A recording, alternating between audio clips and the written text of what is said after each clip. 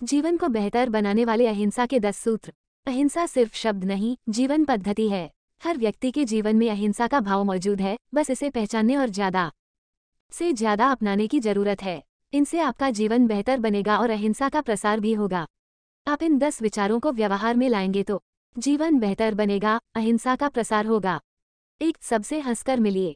इससे सम्मान बढ़ता है। जब आप हंसते हैं तो न केवल आपको बल्कि उन लोगों को भी फायदा होता है और खुशी मिलती है जो आपको हंसते हुए देखते हैं। हंसनामक है और हंसकर मिलना अहिंसा का सबसे बुनियादी और आसान तरीका है। इसलिए रोज ज्यादा से ज्यादा लोगों से मुस्कान शेयर कीजिए।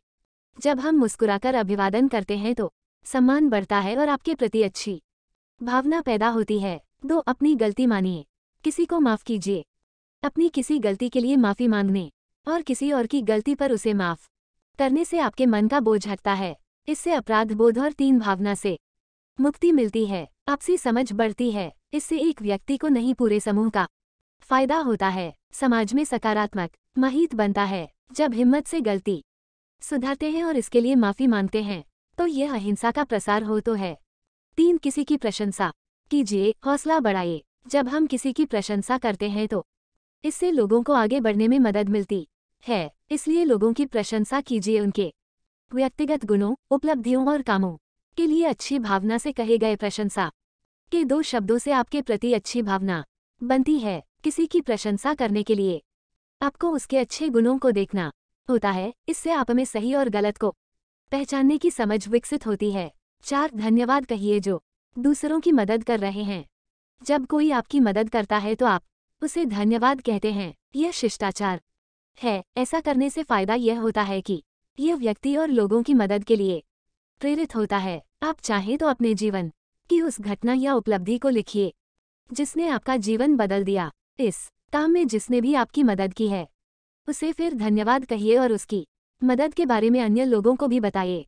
5. अच्छा पढ़िए। अपने भीतर झांक कर देखिए। अपने भीतर अहिंसा के विचार को अभ्यास से पुख्ता किया जा सकता है, लेकिन इसके लिए अहिंसा को शक्ति पहचानना जरूरी है। सबसे आसान तरीका है पढ़ना। सकारात्मक कामों से जुड़े लेख, मैगजीन और किताबें पढ़िए। अहिंसा से संबंधित विषय पर वीडियो देखिए। त्याग, दान, क्षमा, आध्यात्मिकता और शांति से जुड़े लोगों के जीवन की कहानियां पढ़िए। अहिंसा का संदेश देने वाले भगवान महावीर स्वामी की यह अहिंसा का तप प्रतिमा राजस्थान के करेली में स्थित श्री महावीर जी की है। उनकी अधिकतर प्रतिमाएं तप मुद्रा में हैं। यह तप अहिंसा की साधना का था। उनका संदेश था कि किसी भी प्राणी के प्रति हिंसा मत करो, मन में दया का भाव रखो। 6. जिसे पसंद नहीं करते उससे भी बात कीजिए। हिंसा और अहिंसा आपकी धारणाओं से निकलती है। जब आपके विचार किसी को लेकर नकारात्मक होते हैं तो उसके प्रति मानसिक या शारीरिक हिंसा हो सकती है। इसलिए उस व्यक्ति से बात करने की कोशिश कीजिए जिसे आप पसंद नहीं करते। जैन परंपरा में अहिंसा की साजिश के किसी विचार से आपका मतभेद परिकल्पना इस तरह की गई है। इससे आपका नजरिया विकसित होगा, उसे समझने में मदद मिलेगी। ध्यान रखिए, मतभेद से ही जीवन में विविधता आती है कि एक शेर और गाय भी एक साथ सह अस्तित्व में रह सकते हैं। 7 रुकावटें हैं तो उन्हें लिखिए, विकल्प मिलेंगे। अहिंसा निष्क्रियता नहीं है, यह कठिन काम है। यह धैर्य से आती है। जब आपकी किसी योजना को पूरा होने में देरी हो रही हो तो घबराएं नहीं, क्योंकि घबराहट से असुरक्षा और असुरक्षा से हिंसा पैदा होती है। ऐसे 3 तरीकों की पहचानने की कोशिश कीजिए जिनसे आप लक्ष्य पूरा कर सकते हो। इस तरह आप खुद को नकारात्मक विचारों में जाने से रोक सकते हैं।